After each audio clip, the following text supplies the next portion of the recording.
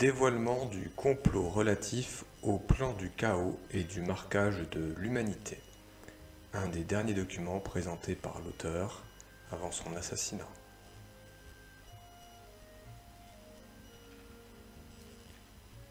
Le 15 décembre 1993, à Montréal, Serge Monast, de l'Agence internationale de la presse libre, dont les activités étaient uniquement axées sur le journalisme d'enquête internationale au niveau économique, politique, militaire et médical, dévoilait des informations si stupéfiantes qu'elles lui coûtèrent la vie. 9 ans après, ces informations se confirment les unes après les autres. Il est vrai qu'il était informé par des politiciens repentis, des agents des services secrets écœurés. Il recevait également des documents classifiés, ultra confidentiels, souvent anonymement ou transmis par des confrères situés aux quatre coins du monde.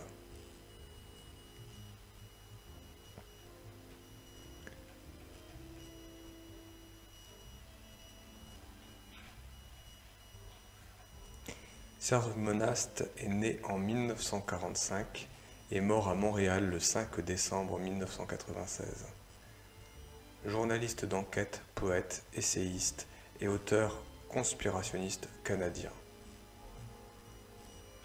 Disciple de l'essayiste québécois René Bergeron et de l'ancien commandant de la marine canadienne William Gaillard, Monast fut également proche des défenseurs du crédit social. Au début des années 90, il se consacre à la rédaction d'ouvrages complotistes sur le thème du nouvel ordre mondial et de conspirations ourdies par des sociétés secrètes, en particulier par les Illuminati. Il fonde l'Agence internationale de la presse libre, où il publie la plupart de ses enquêtes. Durant cette période, il s'était fait remarquer au Québec lors d'une entrevue avec l'ésotériste et ufologiste Richard Glenn, dans le cadre de son émission Ésotérisme expérimental. Cet entretien révèle un homme obsédé par l'idée d'un gouvernement mondial à propos duquel il met en garde ses auditeurs et les incite à la méfiance. En 1995, il fait paraître un document intitulé « Les protocoles de Toronto », un livre fait selon le modèle des protocoles des sages de Sion, où il dévoile l'activité secrète d'un groupe maçonnique, les 666, rassemblant tous les 20 ans les plus puissants de ce monde en vue de l'établissement du nouvel ordre mondial et du contrôle mental des individus. Se disant traqué par les hautes instances policières pour avoir trempé dans des réseaux d'informations interdites, Monast meurt d'une crise cardiaque le 5 décembre 1996. Les thèses de Monast circulent beaucoup clandestinement sur Internet grâce à l'artisan de la reprise de livres rares et introuvables, l'Onkelous, pour la simple et bonne raison qu'elles sont censurées. Elles ont influencé notamment le pasteur protestant intégriste américain, Tex Morse. Certaines de ces enquêtes ont été rééditées par l'éditeur français Jacques Delacroix, les éditions Delacroix, lui-même disciple de Monast.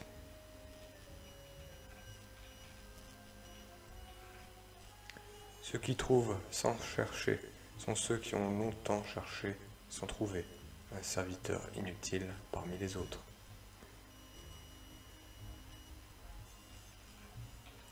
Introduction. Depuis plusieurs années, il existe des projets sérieux visant le marquage des individus par laser sur le front ou sur le poignet. Mais aujourd'hui, les tireurs de ficelle du nouvel ordre mondial sont allés plus loin et sont à même de réaliser leur rêve de contrôle complet du cheptel humain. Comment ?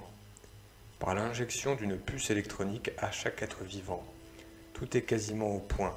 Ce sera l'objet de la première partie de ce document. Ensuite, nous verrons pourquoi nos écoles ont produit une jeunesse qui, dans sa grande majorité, est, malgré elle, pourrie, viciée, sans foi, sans valeur morale, sans esprit de discernement, sans vie intérieure, ayant pour unique perspective celle de servir le système selon une morale antichrétienne et humaniste.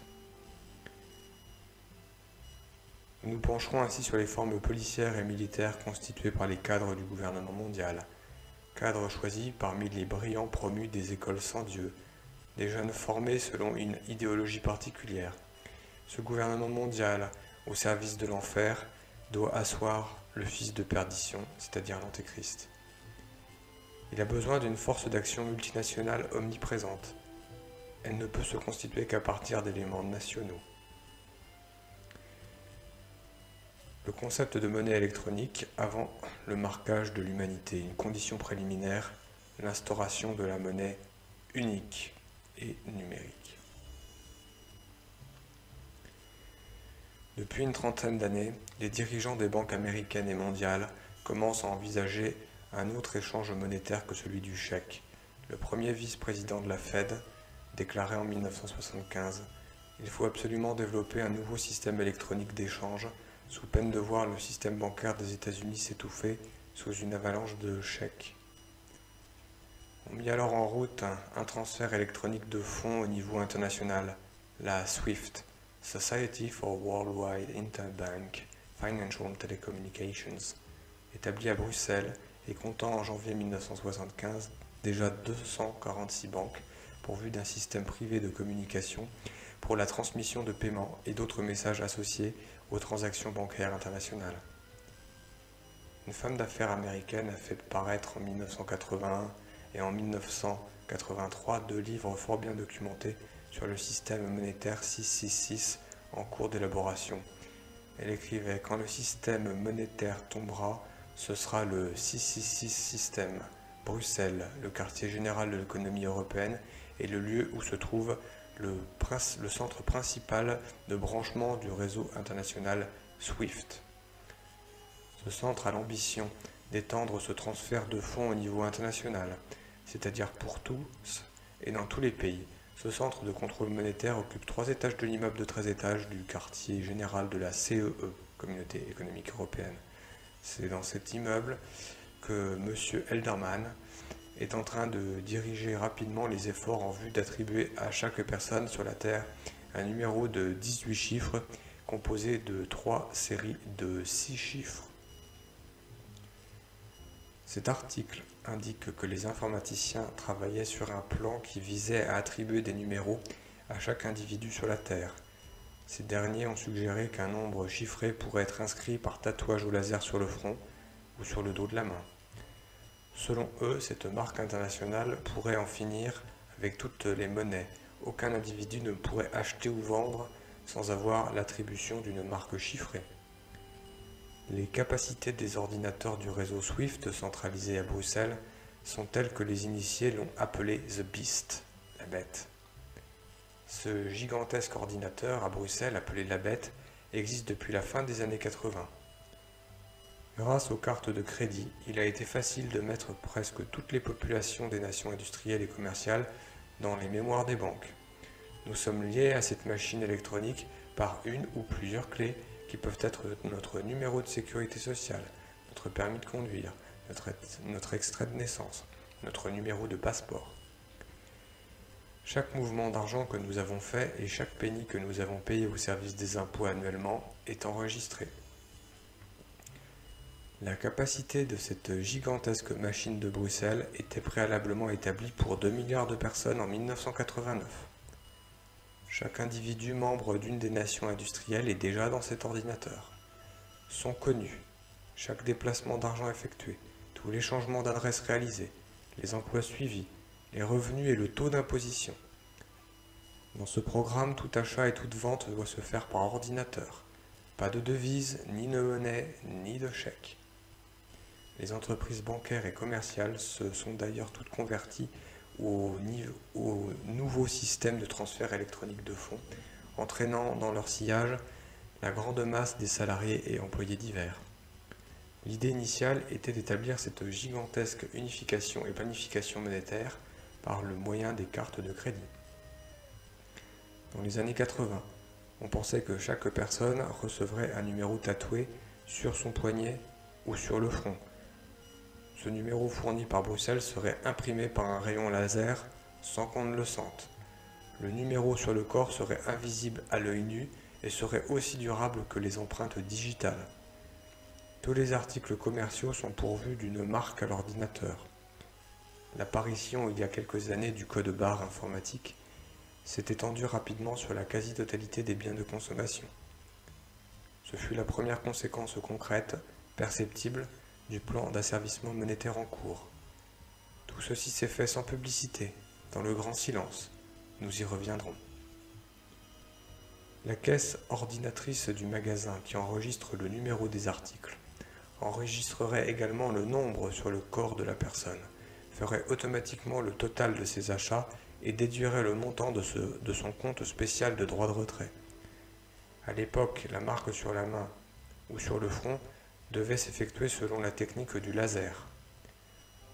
On devait imprimer par brûlure microscopique indolore, inaltérable et très précise le code informatique des données bancaires.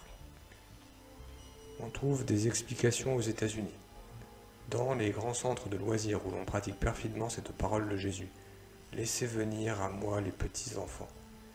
À l'entrée du parc Disneyland, les parents règlent afin que leurs enfants puissent aller à telle ou telle aire de jeu. Rendu sur le lieu désiré, l'enfant met sa main dans une machine. Elle lit que l'enfant a payé. Elle le laisse entrer dans l'aire de jeu. Dans les grands centres de distribution, les clients n'ont plus à faire de longues queues devant les caisses, plus besoin de passer leur achat sur le tapis roulant.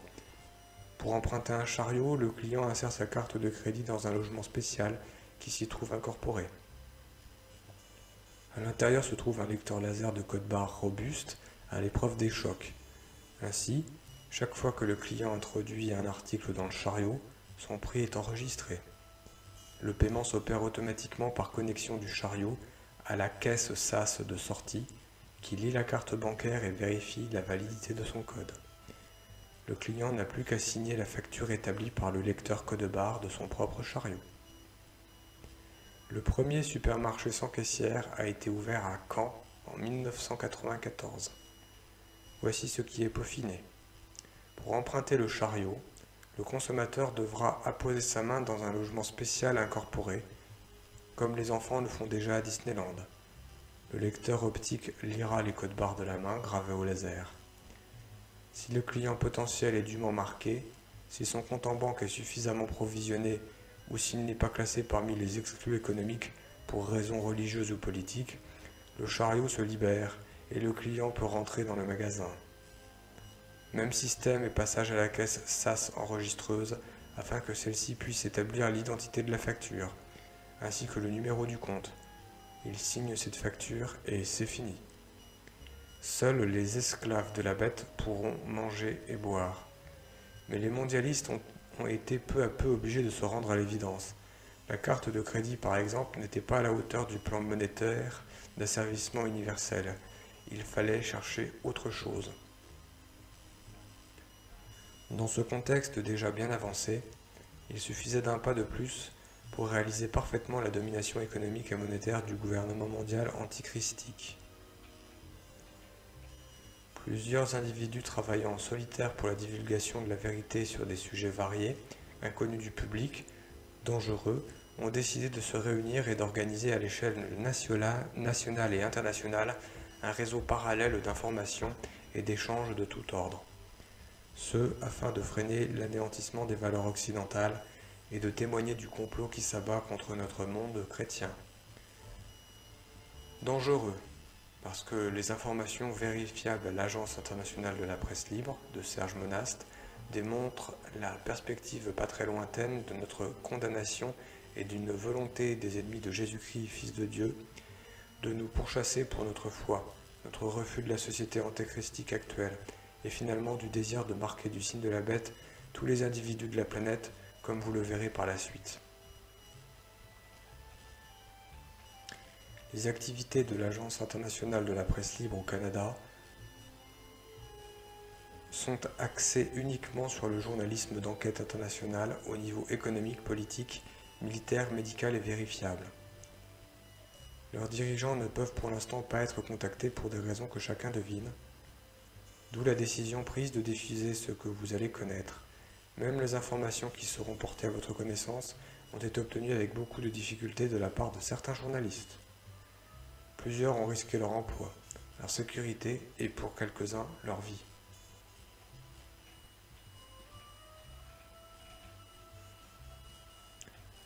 Partie 1. Marquage de l'humanité. Le microchip biologique d'identification internationale. donc la micropuce, microchip.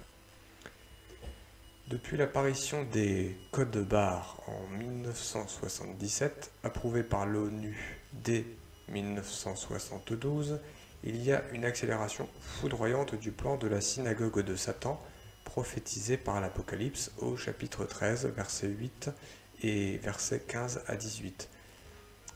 La bête réussit à leur faire mettre à tous, petits et grands, riches et pauvres, libres et esclaves, une empreinte sur la main ou sur le front, et elle fit en sorte que nul ne put acheter ou vendre qu'il n'eût l'empreinte, le nom de la bête ou le nombre de son nom. Ici réside la sagesse, que celui qui a de l'intelligence calcule le nombre de la bête, c'est un nombre d'hommes. Ce nombre est 666. Ces codes barres de type EAN intégraient le nombre 666 au moyen de 3 groupes de 2 barres plus longues que les autres, au début, au milieu et à la fin.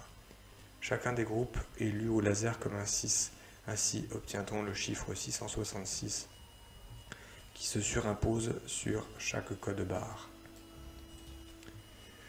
Ces 3 chiffres identiques s'ajoutent aux 13 chiffres fonctionnels. Le choix de ce nombre fut volontaire afin de dévoiler la réalisation de l'Apocalypse, précisément son chapitre 13. 6, 6, 6. Le code de 13 chiffres s'explique ainsi. 3 pour le pays et la région d'origine, 5 pour les producteurs, usines, ateliers, et 5 pour le produit, prix, date. Chaque chiffre est lui-même réalisé par une juxtaposition de 7 modules blancs ou noirs. Comme le nombre d'arrangements de 7 modules est très supérieur à 10, ce procédé permet d'utiliser simultanément 3 codes dits A, B et C. B est identique à A, mais à l'envers. C s'obtient en inversant les couleurs de A. Le code A n'est utilisé que pour les 6 premiers chiffres de chaque étiquetage, ce qui permet de déchiffrer le code, quel que soit le sens dans lequel les caissières des supermarchés présentent les paquets devant l'appareil de lecture optique. Afin d'éviter les doubles, tous ces codes sont attribués dans chaque pays par un diffuseur unique, qui a fait du secret sa règle d'or, GenCode, filiale du diffuseur américain. En 1988, la ville de Singapour en Malaisie a testé ce système de marquage sur une population de 10 000 personnes. Pendant 3 mois, on a testé dans cette mégapole le remplacement des cartes de paiement par un code barre individuel lisible au laser. Le code était gravé pour moitié sur le poignet et pour moitié sur le front. Ron Steele démontrera que la technologie pour marquer, enregistrer et surveiller des gens existe par exemple aux États-Unis avec des prisonniers et même certaines prostituées séropositives. Le sujet que je développe à ce jour est basé sur des informations fournies essentiellement par la dite agence. Il est très important. Même les journalistes initiés ne pouvaient pas penser que l'information qui fait l'objet de cet article puisse exister. Il s'agit de quelque chose d'excessivement sérieux qui, du jour au lendemain, non seulement permettrait l'instauration d'un gouvernement mondial, d'un ordre mondial, mais rend possible le contrôle individuel, direct, de chaque individu sur la planète. Cette information concerne le microchip biologique d'identification internationale. Dans la nouvelle technologie de pointe qui va être utilisée, il est déjà pour arriver à un contrôle absolu de toutes les populations de la planète. Les architectes du nouvel ordre mondial ont admis dans des réunions privées que sans l'avènement de l'ordinateur et de la haute technologie, la réalisation d'un gouvernement mondial n'aurait jamais pu être si proche. Parmi ces nouvelles technologies, les plus effrayantes qui soient, il y a le microchip biologique d'identification internationale. Qu'est-ce que c'est ? Des confrères américains ont réussi à obtenir des informations vérifiables grâce à des documents audio, des photographies, un dossier de presse complet provenant de publications produites par des journaux officiels et religieux depuis 1990. Ces informations démontrent l'existence d'un contrôle électronique direct de tous les individus sur toute la planète. On pourrait croire avoir affaire à de la science-fiction, mais la présence de documents écrits, de références à ces documents, et des documents vidéo provenant des compagnies qui ont mission de fabriquer ce produit-là ne laisse aucune alternative quant aux conclusions. Selon Terry Cook, journaliste chrétien d'investigation sur la côte ouest américaine, Celui-ci se référant à Them Well Lord, la technologie cachée derrière le nouveau microchip n'est pas très compliquée. Avec un peu de raffinement, il pourrait faire l'objet d'une grande variété d'applications humaines. D'une manière plus que concevable, un numéro pourra être assigné à chacun dès la naissance et faire partie de la vie intégrante de celui-ci jusqu'à sa mort. Vraisemblablement, cette puce électronique pourra être implantée sur le revers de la main et celle-ci pourrait servir de carte d'identification universelle, ce qui remplacerait les cartes de crédit, les passeports, les permis de conduire. À la fin de l'année 93, une compagnie américaine, la Destron ID Colorado, fabrique et annonce ses puces électroniques d'identification ID Chip globalement via Infopet et d'autres distributeurs américains et internationaux. Pour l'instant, ces puces sont utilisées pour retracer, contrôler et identifier les animaux de ferme, les animaux domestiques, les oiseaux, les poissons et tout produit manufacturé. Actuellement, ce nouveau système se répand à la vitesse de l'éclair sur toute la planète. Un exemple, celui de l'implantation du microchip sur les grands oiseaux coureurs d'Australie.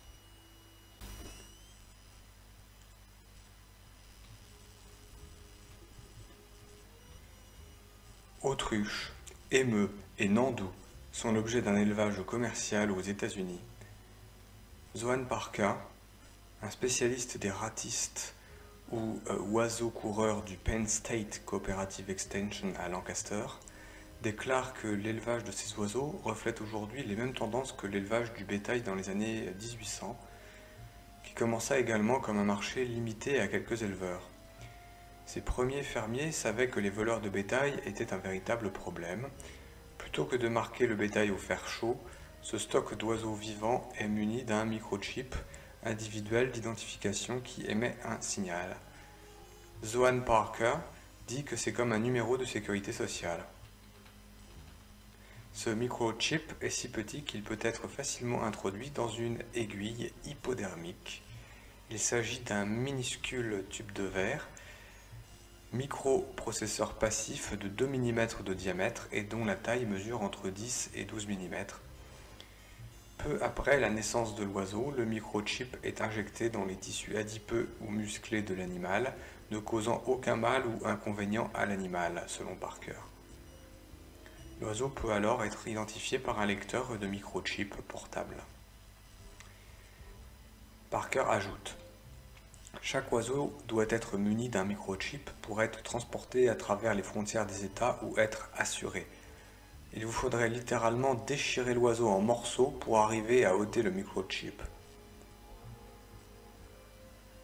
En 1995, comme la plupart des gens le savent, le numéro d'assurance sociale se compose d'une série de 9 chiffres. Selon d'autres informations reçues tout récemment à l'agence, ce système sera tout prochainement remplacé avec l'aide de nouveaux ordinateurs par une série internationale de 18 chiffres numériques à cristaux liquides connus sous le nom de Mesh Block.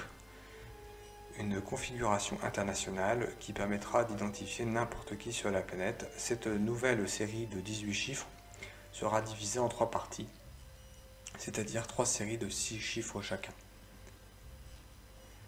Tout début 1994, ces implants de puces électroniques, aussi appelés transpondeurs, ont été partout répandus sur la planète pour le contrôle de l'industrie animale. Afin d'identifier l'animal, le numéro précis attribué à chacun, comportant le nom et l'adresse des propriétaires, un lecteur manuel envoie une impulsion radio de 125 kHz signal. Le transpondeur implanté renvoie le numéro attribué par retour, réponse en écho, au lecteur, donc scanner. Le scanner affiche aussitôt le nombre digital sur son écran à cristaux liquides. Un transpondeur, c'est un récepteur émetteur radio ou radar activé pour la transmission par la réception d'un signal prédéterminé qui peut provenir d'un lecteur au laser ou d'un équipement sophistiqué, émetteur ordinateur ou même par satellite. Selon le journaliste L. Cook, Implantable Biochip Technology, le nom complet de ce grain de riz est Destron ID Transponder TX1400LX. Dans son livre, il nous apprend que le coût d'un de ces grains de riz est d'environ 4,50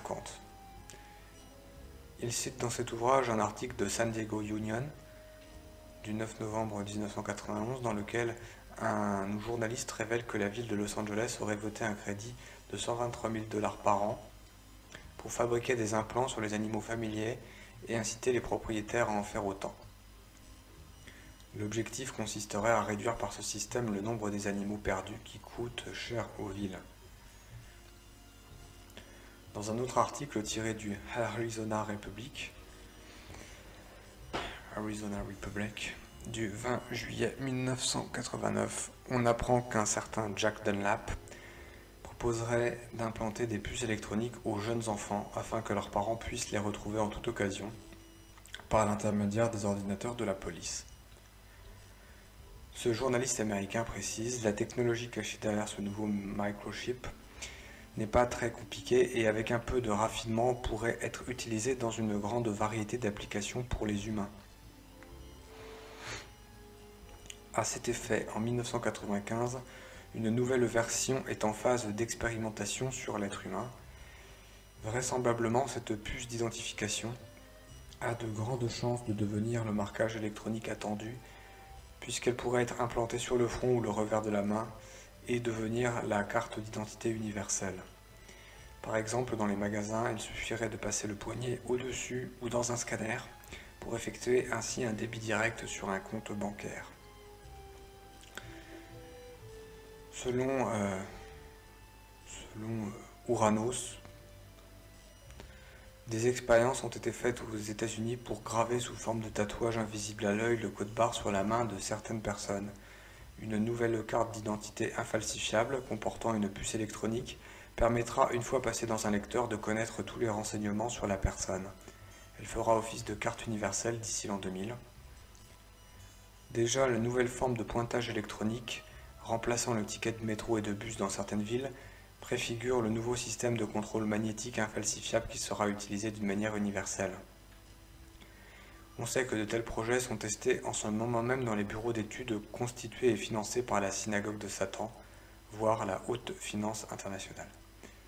Cela paraît peut-être invraisemblable, mais il est aujourd'hui possible techniquement de contrôler directement et individuellement chaque individu sur la planète. Chacun d'entre nous avec ce système serait enregistré, et d'après les documents reçus, il est évident que ceux qui comptent l'implanter d'une manière obligatoire au niveau des populations sont en train de structurer les nouveaux paramètres internationaux, la nouvelle télémétrie économique, de manière à ce que tout individu qui n'aurait pas cet implant électronique ne pourrait ni acheter ni vendre quoi que ce soit sur toute l'étendue de la planète. Pour mieux comprendre ce que peut être le microchip biologique d'identification internationale, on peut chercher une définition d'après les compagnies qui ont reçu mission de la créer.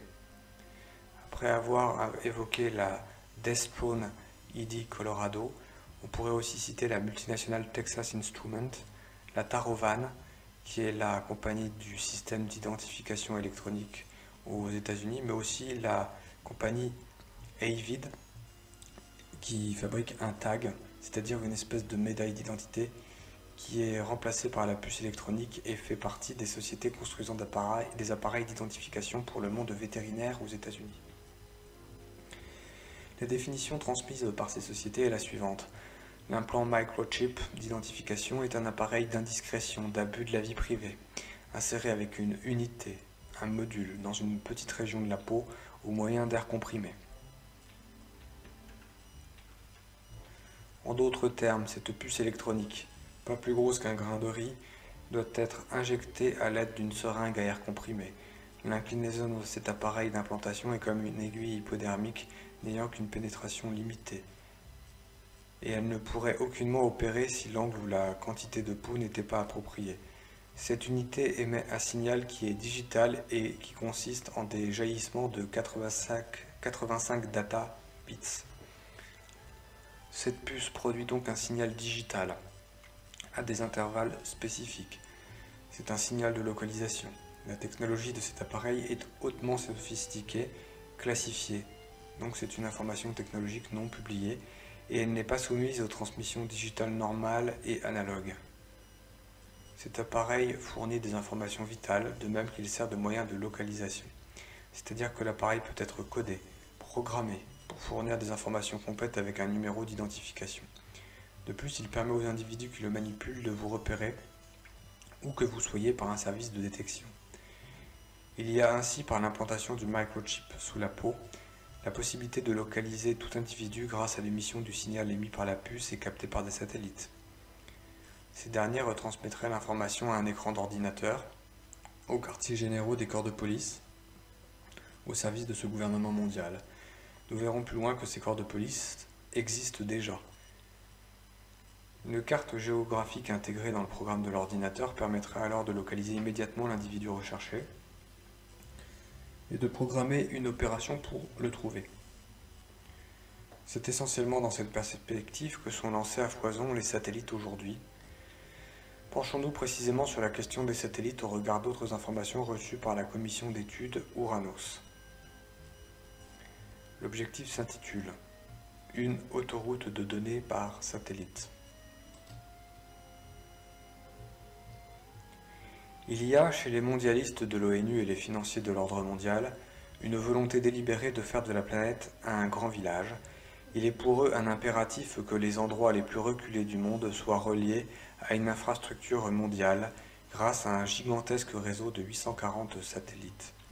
Ce projet est proposé par Bill Gates, le fondateur de Microsoft, et par Craig McCaw, le roi du téléphone cellulaire. Tous ces téléphones ont déjà une puce intégrée qui permet de suivre à la trace leur possesseur, d'où une publicité effrénée pour leur diffusion. On sait que l'américain Loral Corp et 9 partenaires étrangers, dont le puissant groupe français Alcatel-Alstom, viennent de donner le coup d'envoi d'un système mondial de téléphonie et de radiolocalisation par satellite Globalstar, qui s'associera avec Bill Gates. Pour découvrir 98% de la population mondiale, la constellation Globalstar comprendra 48 satellites sur 6 plans orbitaux à l'altitude de 2390 km. Bill Gates prévoit ainsi un réseau gigantesque de 840 satellites gravitant sur 21 orbites différentes à une altitude de 700 km de manière à couvrir 95% de la Terre. On relèvera, outre le projet Globalstar, plusieurs concurrents dont le projet Iridium, fondé sur 66 satellites pour 1988. Projet qui présente la particularité d'être en avance sur les autres dans la réalisation technologique. D'après les documents en possession de certains journalistes canadiens et américains, et fournis à l'Agence internationale de la presse libre, le microchip a déjà été expérimenté et implanté dans des organismes de bébés, de militaires, de messagers du gouvernement et sur du personnel travaillant à la Maison-Blanche dans des sections de haute sécurité. On rapporte aussi qu'il fut autorisé pendant la guerre du Golfe et fut montré publiquement à l'émission très connue de 20 on 20 aux États-Unis en août 1991. Relevons parmi les projets diaboliques, celui d'implanter dans le corps de nouveau-né une puce électronique devant faire de cet individu un robot soumis au pouvoir de l'ordinateur avec lequel il sera branché. Bonum Chertanem de l'abbé Moureau dévoile que le malheureux contrôlé jour et nuit deviendra un esclave électronique. Commandé électroniquement, cet esclave pourra, sur l'ordre de ses maîtres, commettre tous les crimes qu'on lui imposera.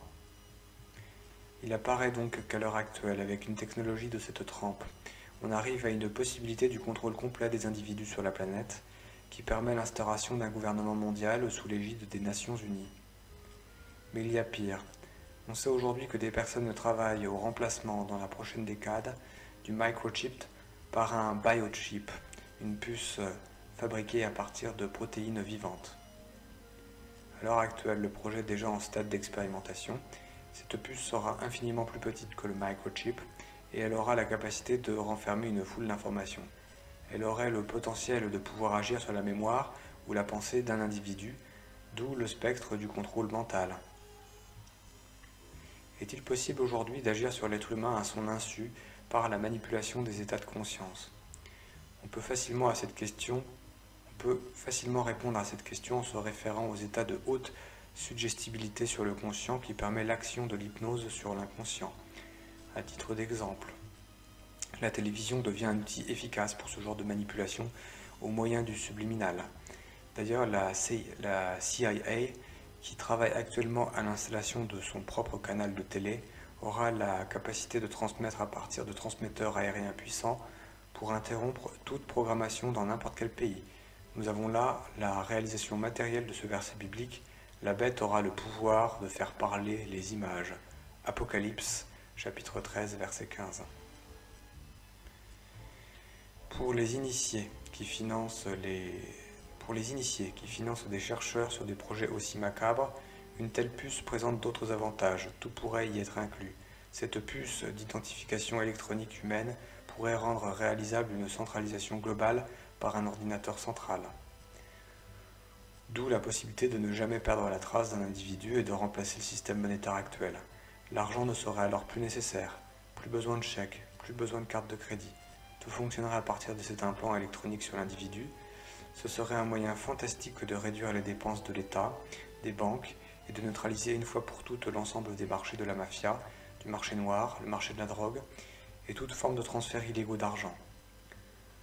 Or, à la conférence annuelle du groupe Bilderberg de 1992 à Évian, en France, peu de temps après les émeutes de Los Angeles, Henry Kissinger a déclaré « Aujourd'hui, les Américains seraient scandalisés de voir les troupes de l'ONU rentrer dans les rues de Los Angeles afin de restaurer l'ordre.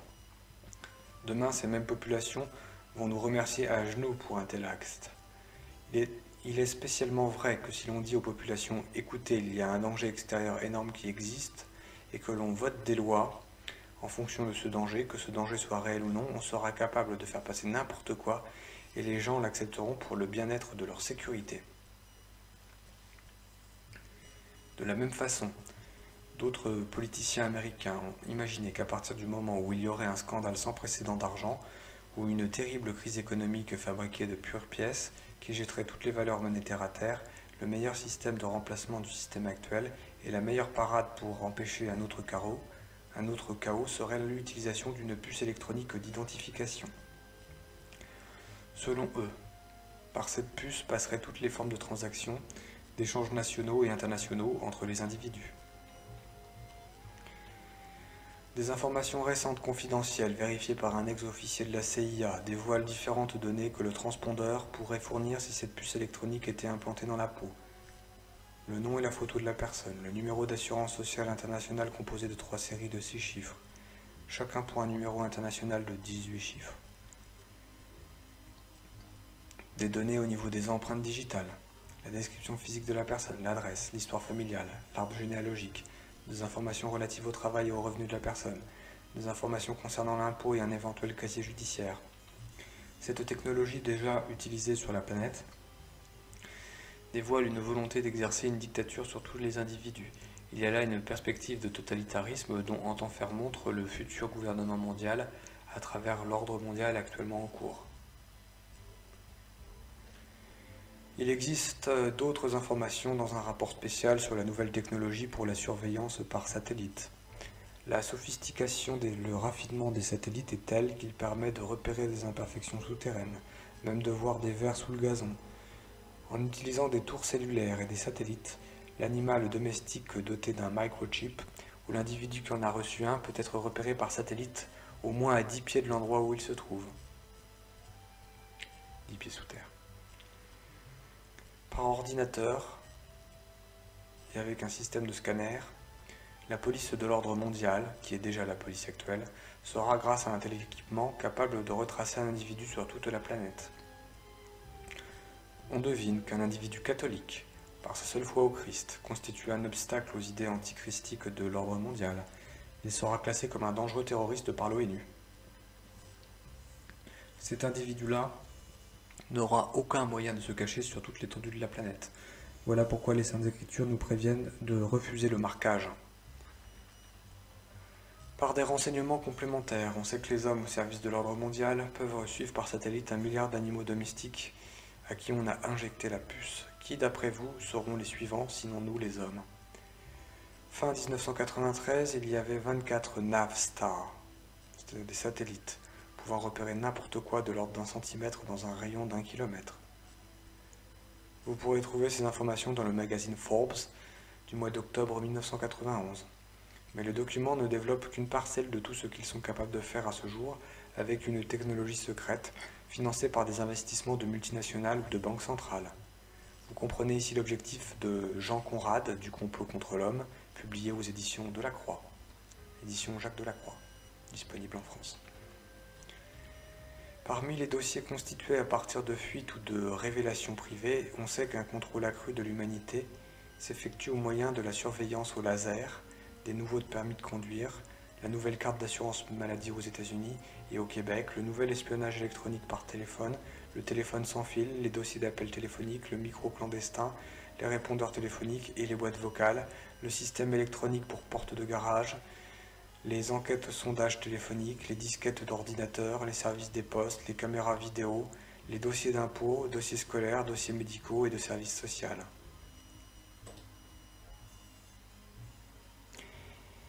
Par une crise économique, ils sont en train d'engendrer une crise sociale qui oblige déjà les gens à se diriger malgré eux vers une aide sociale.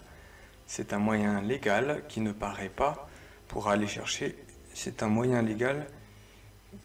une information complète sur tous les individus. Ce n'est pas tout.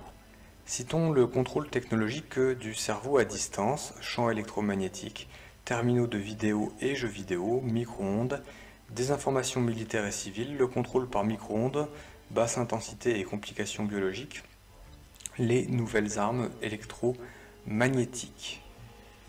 Des informations ont été obtenues sur la Banque mondiale de la conservation de l'énergie. Donc je répète, des informations ont été obtenues sur la Banque mondiale de la conservation de l'énergie. David Rockefeller et d'autres ont établi au cours d'une réunion du 13 septembre 1987 le découpage géographique du Canada au profit du nouvel ordre mondial, avec carte géographique du plan mondial. Il y a aussi le plan technologique pour la chute de l'économie mondiale et l'anéantissement des fortunes individuelles. Le nouveau papier-monnaie avec barre magnétique invisible, la disparition des classes moyennes et la nouvelle télématique internationale au niveau du contrôle de l'économie mondiale. On vient d'ailleurs de finaliser en décembre 1993 les accords qui permettront d'arriver à un contrôle semblable. On pourrait aussi parler de la nouvelle surveillance électronique automobile qui s'installe sur les autoroutes et qui fait que les nouvelles voitures renferment des systèmes de repérage électronique de détection sans que les acheteurs en soient conscients, si bien qu'un système militaire se met lentement en place et rend possible tout repérage de véhicules et d'individus par rapprochement avec le fichier central détenu par la police au quartier général où repose l'ordinateur. Les systèmes de détection sont si précis qu'on peut même savoir qui conduisait telle voiture à une heure précise en tel lieu. Il y avait fin 1993 des mises en pratique sur certaines autoroutes en Californie. On met donc à l'heure actuelle sur l'ensemble de la planète un des réseaux les plus sophistiqués de détection qui permettra un système de surveillance sans précédent de tous ceux qui auront reçu ce nouvel emploi technologique, mais également de distinguer parmi les populations ceux qui l'ont refusé. Est-ce que vous êtes sur la liste ou pas? Avec ce nouveau microchip biologique d'identification internationale, il sera possible d'imposer un nouvel ordre mondial à l'intérieur duquel tous ceux qui n'auront pas reçu ou auront refusé cette marque d'identité n'auront aucun droit ni d'acheter ni de vendre, c'est-à-dire aucune possibilité de travailler, de recevoir un salaire, d'acheter un appartement ou de vivre comme locataire, de vendre des biens. Qui va accepter d'échanger des biens dans un régime de peur où tous les moyens d'échange seront bannis? Voilà pourquoi il a été décidé de rendre public ce genre d'informations, parce que le plan est si avancé que se taire, c'est être coupable comme les hommes politiques qui eux-mêmes sont au courant. N'oubliez pas que ces hommes politiques dépendent des prébendes des multinationales, lesquelles financent les programmes d'investissement de recherche qui ont abouti à la création de cette technologie de mort. Pourquoi ne disent-ils rien? Tout simplement parce qu'ils n'ont plus de formation chrétienne et croient, je suis gentil, que ce système est pour le bien des populations. Il a également été mis au point un microchip de traduction. Il s'agit d'une puce électronique qui permettra la traduction instantanée et simultanée d'une langue dans toute autre langue, soit au moins dans 61 autres langues et dialectes qui, par satellite, pourra être diffusé partout sur la planète en même temps. Ainsi, un dictateur mondial pourra s'adresser à toute l'humanité en même temps par le biais de ce nouveau produit de la technologie au service du nouvel ordre mondial. Pour Pour ceux qui se souviennent de certains textes remontant il y a fort longtemps, vous trouverez des correspondances avec l'anti-Babel. La Babel antéchristique du nouvel ordre mondial entend suppléer aux conséquences de la première Babel. Il existe aussi un autre système de contrôle de la population, la surveillance au laser. Un nouveau laser d'écoute électronique a été vérifié ou mis au point comme outil très spécial par les départements enclins à la surveillance, la CIA, le FBI et l'IRS, c'est-à-dire le fisc américain. Ces nouveaux dispositifs peuvent, en utilisant une fenêtre comme diaphragme, c'est-à-dire un écran de télévision, suivre et enregistrer toute conversation à plus de 20 000 lieues de distance. Au niveau biologique, le DNA est utilisé comme mémoire pour les ordinateurs et les implants de mémorisation. DNA, c'est pour l'ADN. Ceci devient de la biotechnologie. Or, la source de cette nouvelle biotechnologie, nous sommes rendus là, dedans, dans ce développement actuel, provient du tissu de bébés avortés, les fameuses cellules souches. Ces tissus et les protéines de mémoire sont des systèmes majeurs pour l'intelligence artificielle dans le marché actuel des ordinateurs. Voici ce qui est rapporté par le WinAke World du 26 juillet 1991. Le gouvernement finance à l'heure actuelle des expérimentations sur des bébés morts ou vivants. Les bébés avortés dans le 3e trimestre, âgés entre 6 et 9 mois, survivent habituellement au processus d'avortement. Ceci est d'autant plus important que les tissus utilisés pour les expérimentations doivent provenir de bébés vivants. Voici quelques moyens utilisés lors de ces expériences. On peut trouver cela dans un article du Dr Bernard Nathassen, publié dans l'édition du New York Garden de novembre 1991. En Suède, une procédure a été suivie par laquelle une femme enceinte est placée dans un état de sommeil. Le bébé localisé est amené jusqu'à l'utérus, afin de permettre au docteur de percer le crâne du bébé vivant et y aspirer du cerveau des tissus devant servir au système de maladie de Parkinson. Cette même procédure est pratiquée sur des bébés vivants pour leur pancréas, leur peau devant servir aux victimes qu'on appelle les grands brûlés. Ces bébés sont écorchés vivants.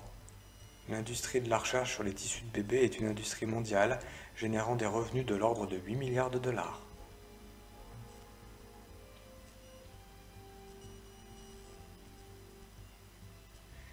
Alors une note de... On pourra se référer aux travaux de l'admirable Jacques Brocchi. Le cadavre rapporte, demanda à Brocchi, qui aime le fœtus et le décortique pour en extraire les cellules souches. Voilà, donc ce fameux Jacques Brocchi, visiblement, aime décortiquer des fœtus.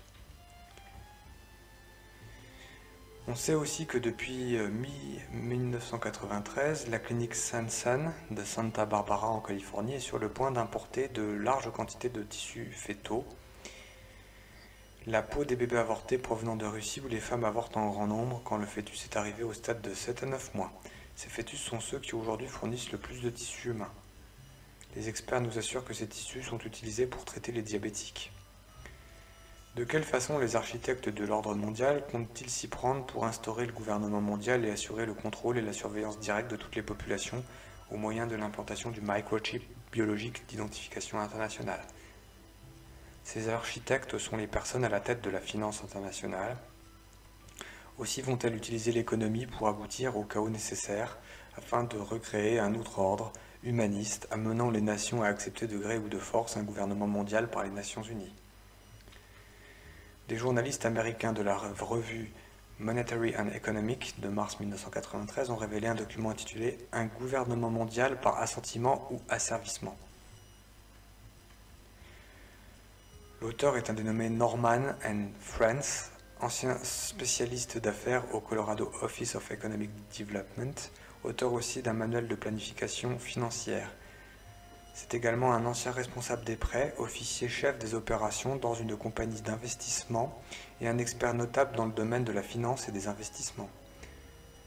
M. Friends rapporte que les pressions pour un gouvernement mondial se poursuivent depuis des siècles, mais jamais encore avons-nous atteint le degré dans lequel nous nous trouvons aujourd'hui. Des termes de l'ONU tels qu'autorité de loi, loi mondiale, sécurité collective, Ordre mondial et nouvel ordre mondial sont des noms de code qu'emploie l'Establishment International en référence à leur plan pour un gouvernement mondial unique. Dès 1945, devant le sous-comité des relations étrangères du Sénat américain, le partisan d'un gouvernement mondial initié, M. Jean-Paul Warburg, établissait « Nous aurons un gouvernement mondial, que vous le vouliez ou non. La question est de savoir si le gouvernement mondial sera atteint par la raison ou par la force. » Il y a ceux qui proposaient une approche étape par étape.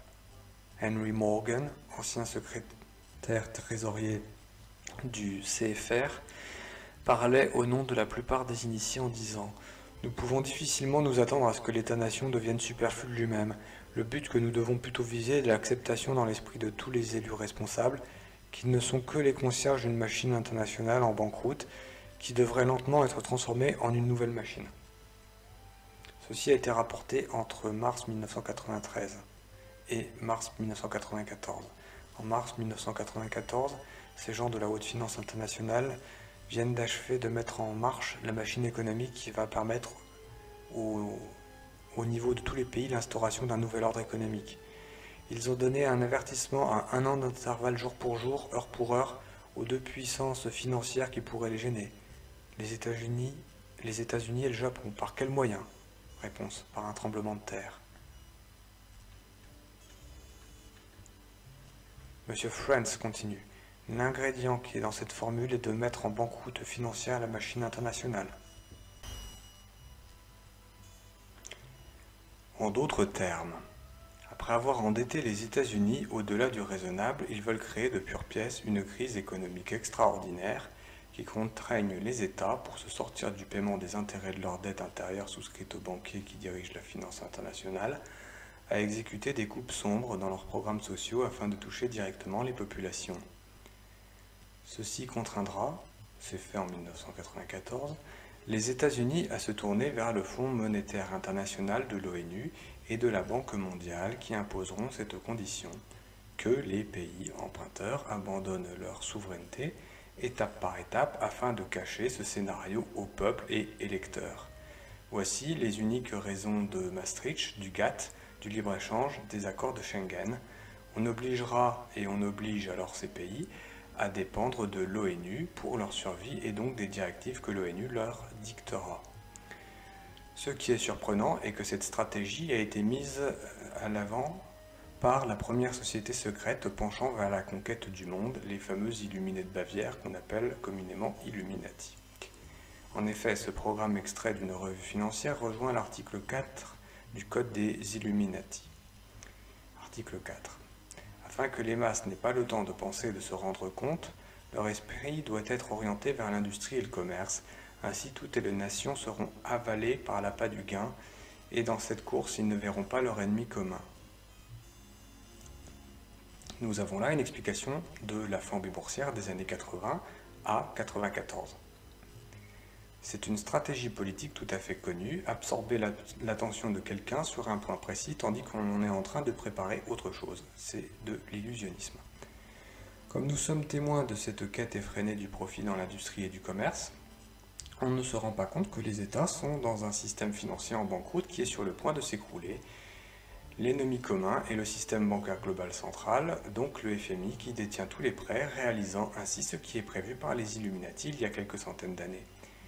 L'article 6 du Code des Illuminati disait en effet « Nous, l'élite financière, allons bientôt entreprendre d'immenses monopoles, réservoirs de richesses colossales, actions, valeurs, fonds mutuels, rentes, sur lesquels des fortunes encore plus grandes, celles des masses, vont dépendre, à un tel point qu'ils tomberont jusqu'au fond avec les crédits des États le jour suivant l'écroulement politique. » Donc, en arrivant à une crise économique majeure, qui ne touchera pas les institutions comme ce fut le cas dans les années 30, toutes les fortunes faites par les masses dans la spéculation se retrouveront du jour au lendemain évaporées. Dans ce mécanisme recherché par les architectes de l'ONU et du Nouvel Ordre mondial, les plus grands banquiers de la planète, l'objectif à réaliser, c'est que les nations et les populations à l'intérieur de ces nations se retrouvent ruinées du jour au lendemain en n'ayant plus aucune valeur financière. C'est de cette manière qu'il sera possible d'imposer un nouveau système Pour accéder à ce nouveau système international, les gens devront accepter l'implantation d'un microchip biologique d'identification internationale, sinon ils ne pourront ni acheter ni vendre au niveau national comme au niveau international. Il faut bien comprendre que l'objectif n'est pas de ruiner les entreprises, mais de ruiner les États et les populations. L'écroulement économique planifié a été utilisé maintes fois à une petite échelle pour prendre le contrôle d'un pays. Mais maintenant, la grande finale est en préparation. Ils connaissent, grâce à certains pays qui ont subi cette thérapie de chaos, quelles seront les réactions futures des populations occidentales et américaines. On utilise ce qu'on appelle la stratégie du laboratoire. Par exemple, le cas de la Grèce, le laboratoire du nouvel ordre mondial. Aujourd'hui, aidés par la technologie actuelle et les ordinateurs, ils sont capables de fabriquer de toutes pièces le complot d'une grande crise économique sans que les institutions financières, les grandes corporations comme les multinationales ne s'effondrent. On tentera de faire croire à leur effondrement afin de précipiter la débâcle boursière, mais ce sera faux.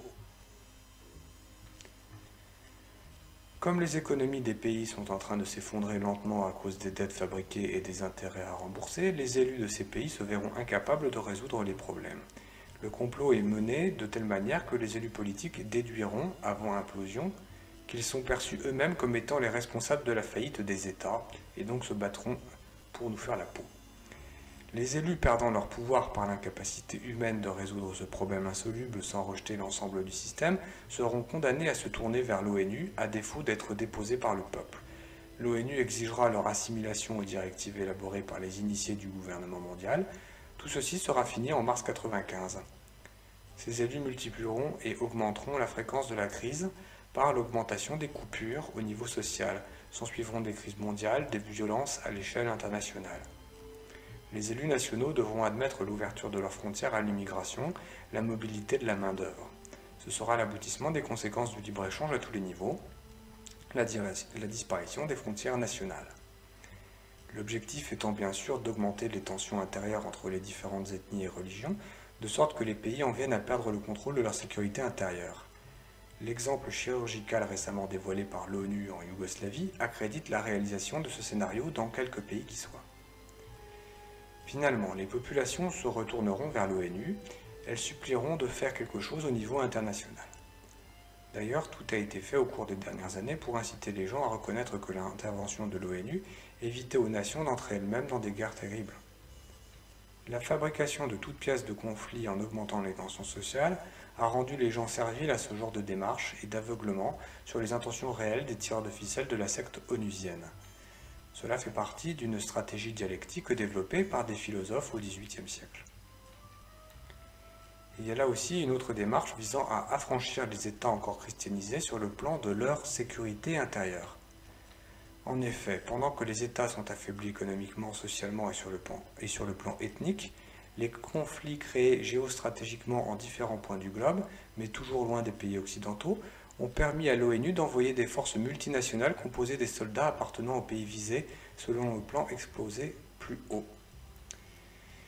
L'avancée du plan est d'ailleurs effectuée en parallèle avec la multiplication des conflits exigeant l'envoi des troupes multinationales. Vous remarquerez ainsi que la situation sociale se désagrège en France alors que nos troupes d'élite sont envoyées en Somalie, au Rwanda, en Yougoslavie. Évoquant la Somalie, on relèvera que la situation a été rendue explosive maintenant grâce à la complicité des organisations supranationales telles que l'OMS, l'Organisation mondiale de la santé. Depuis la guerre du Golfe, les conflits éclatent les uns après les autres, requérant la présence de troupes sans cesse renouvelées, tandis que le plan suit son cours et que les pays occidentaux sont vidés de leurs forces militaires. C'est pourquoi j'avais employé l'expression d'étincelle dans mon premier ouvrage. Il est aussi à remarquer que les forces américaines sont dispersées un peu partout dans le monde, faisant partie de la nouvelle force de police planétaire sous le contrôle de l'ONU. Les grandes lignes de ce transfert des forces militaires américaines et européennes se trouvent dans le programme Freedom from War, qui démontre ce qui se passe. Le programme des États-Unis pour un désarmement complet et général dans un monde pacifique établi par le président Kennedy, publication 72-77 du département d'État qui devait s'effectuer en 3 phases, propose en phase 2 la force de paix de l'ONU sera établie et renforcée progressivement à partir du matériel militaire américain. Cette phase 2 est précisément le stade où nous nous trouvions en 1994, c'est-à-dire sans que personne ne s'en rende compte, la majeure partie des forces militaires et des installations militaires américaines sont en train de passer lentement sous le contrôle des Nations Unies au niveau international, comme des bases militaires, et non plus comme c'était le cas auparavant au profit d'une seule nation qui était les États-Unis. Les États-Unis vont donc rentrer dans le rang eux aussi. Soyez assurés que le désarmement militaire progressif contrôlé continuera jusqu'au point où aucun État, incluant les États-Unis, ne possédera la force militaire nécessaire pour s'opposer et défier l'autorité progressivement renforcée de l'ONU. C'est pour ça qu'actuellement on parle de l'arrêt complet des bombes atomiques et le démantèlement soi-disant complet de l'arme atomique. Il s'est organisé par l'ONU pour que les gens ne puissent plus se défendre. Au train actuel, c'est un fait que les forces militaires placées sous le contrôle de l'ONU, même les États-Unis en tant que nation, n'auront plus de forces militaires propres pour s'opposer à l'ONU. Voilà. Le résultat est que chaque pays subira et exécutera les oukases de l'ONU par crainte des forces multinationales. La dispersion planifiée des forces américaines aux quatre coins du monde et les coupures dans le budget de la défense rendent ce plan quasiment achevé. En même temps qu'est organisée internationalement la chute de l'économie, on constitue une nouvelle force de police nationale à travers l'Amérique et une nouvelle force de police militaire internationale. Fin de la partie 1. Et maintenant, début de la partie 2, la police du New Age, ou police du Nouvel Âge. Dans un tel scénario, il est programmé que les forces policières seront impuissantes à résoudre les violences provoquées par une immigration massive et une crise sociale. Elles feront appel à une force militaire, décimée pour les raisons qui viennent d'être évoquées. On devra bien faire appel à des formes multinationales sous l'égide de l'ONU afin d'établir la paix et la sécurité dans les nations en guerre civile. Toutes les nations se dirigent à ce jour vers un éclatement intérieur. C'est précisément dans une perspective de troubles sociaux mondiaux qu'a été mis au point par le président Clinton, sur ordre de supérieurs inconnus, donc des francs-maçons de haut niveau, une force de police de 100 000 hommes pour s'attaquer à la criminalité, la nouvelle force de police nationale de l'Amérique du Nord. Cette force est en train de se mettre sur pied à la vitesse de l'éclair. L'intervention de cette police dans le drame de la secte de Waco a été une expérience menée pour constituer un exercice. Le choix de cette secte religieuse fut fait par hasard, dans l'objectif de contraindre des groupes religieux plus importants à accepter un nouvel ordre et un nouveau chef spirituel. Le vrai but de ce raid raté était de permettre à l'establishment de présenter cette force de police comme quelque chose de bien. L'objectif était de faire accepter un tel élément aux yeux du public comme efficace pour la sécurité.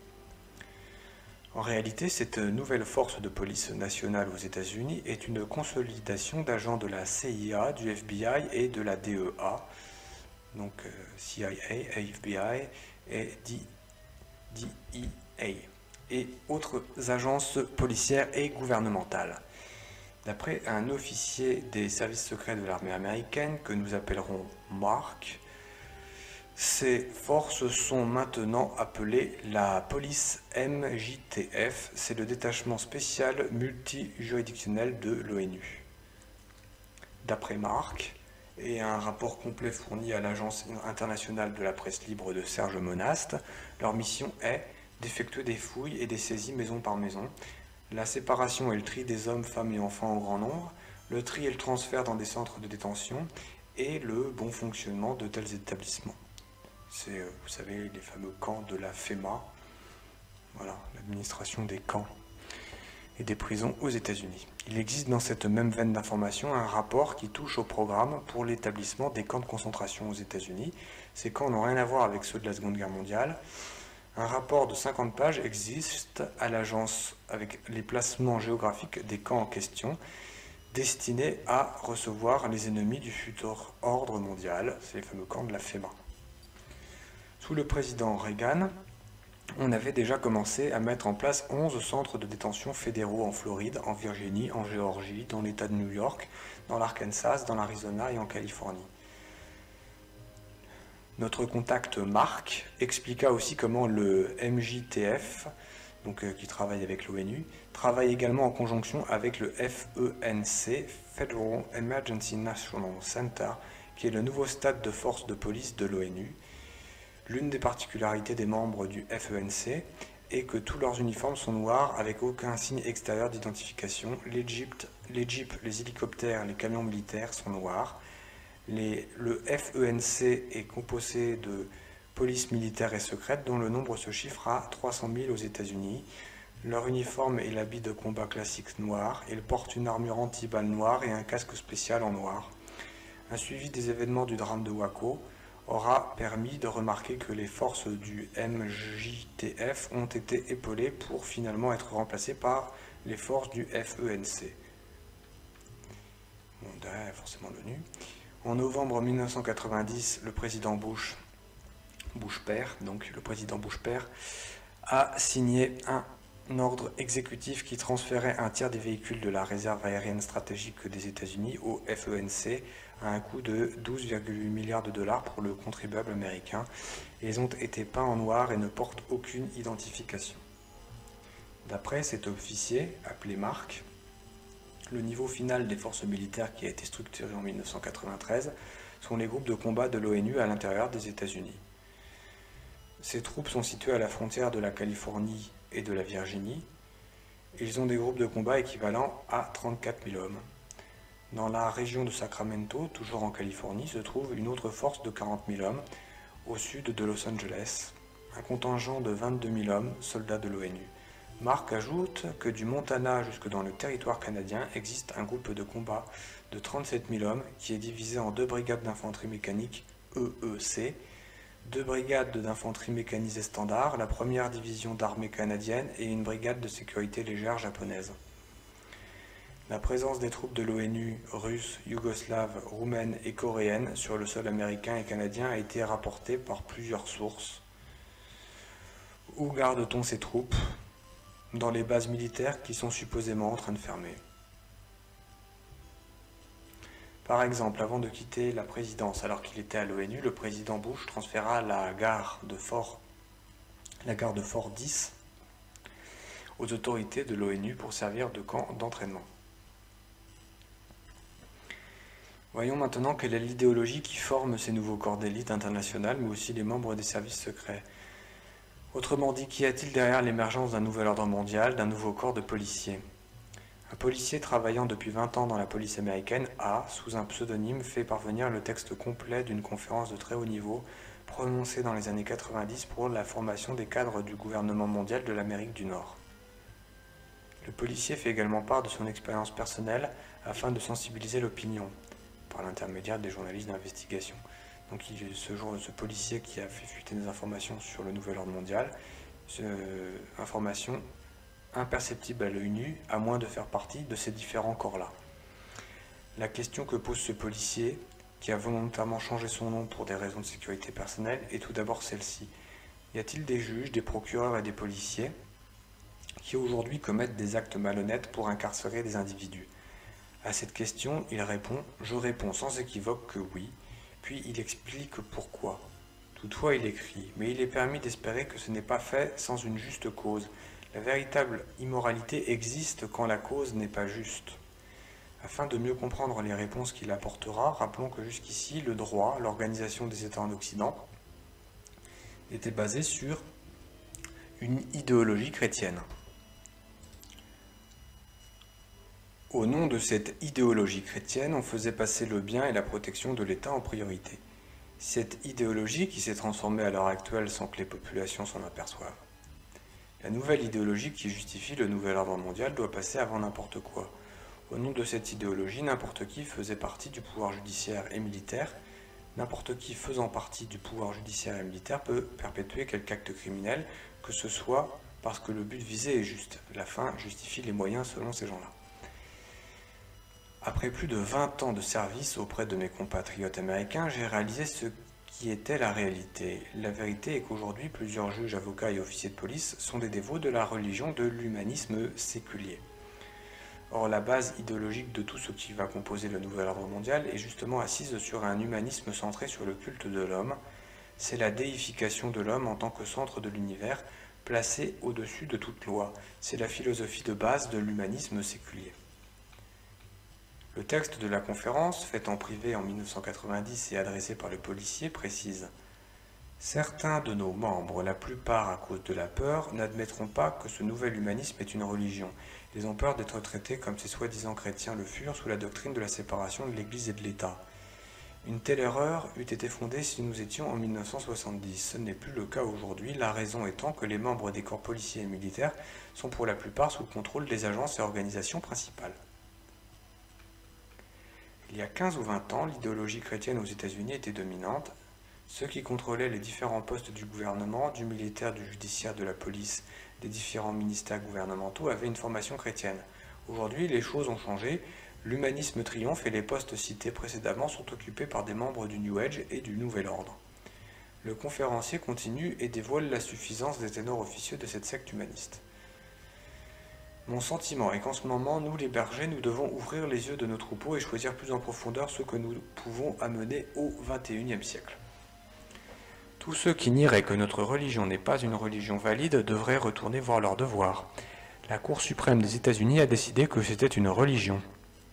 Il y a quelques années, dans des causes célèbres, la Cour a statué que la croyance en l'humanisme, le rejet de l'idéologie chrétienne, était aussi une religion acceptable. La croyance fait référence à une certaine vision universelle de la vie, du monde et de l'humanité. Dans son ensemble, la Cour suprême des États-Unis a décidé qu'une religion peut être n'importe quelle vision du monde, avec ou sans référence à Dieu. J'espère que ceci aidera les autres à comprendre notre foi. Le conférencier poursuit. Néanmoins, ceci n'est bien sûr pas le point principal de ma conférence. Je souhaite traiter des abus auxquels font face les policiers qui souscrivent consciemment ou non aux tenants moraux de notre religion, de ce qui a trait à l'éthique ou à la morale.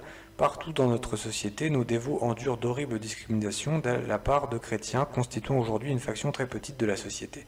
Cette discrimination contre nous, humanistes, survient quand nous exerçons notre pratique religieuse et appliquons notre morale dans notre activité professionnelle.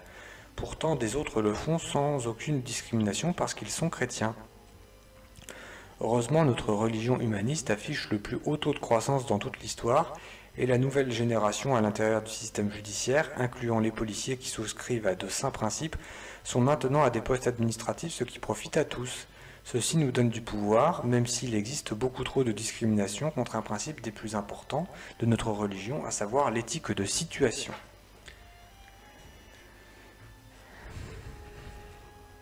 L'éthique de situation étant la morale pragmatique. L'éthique est en principe un code de morale, de valeurs chrétiennes délimitant des frontières à ne pas dépasser. Avec la formation de cette nouvelle idéologie qui pénètre toutes les couches sociales des États-Unis, mais surtout au poste décisionnel de chaque corps de métier, qu'entendent-ils par ce principe d'éthique de situation? Je crois que l'éthique de situation, c'est un livre écrit par un certain Weber. Il y a l'éthique de la morale et l'éthique de la situation. Donc, le conférencier, qu'entendent-ils par ce principe d'éthique de situation? La suite de la conférence nous éclaire. Le principe de l'éthique de situation ou de morale permet à l'individu de se concentrer correctement sur le but qu'il veut atteindre. Moralement parlant, peu ou pas d'importance ne doit être accordée à la méthode et aux moyens, puisque rien ne surpasse le but en importance. Donc l'éthique de situation, c'est la fin justifie les moyens.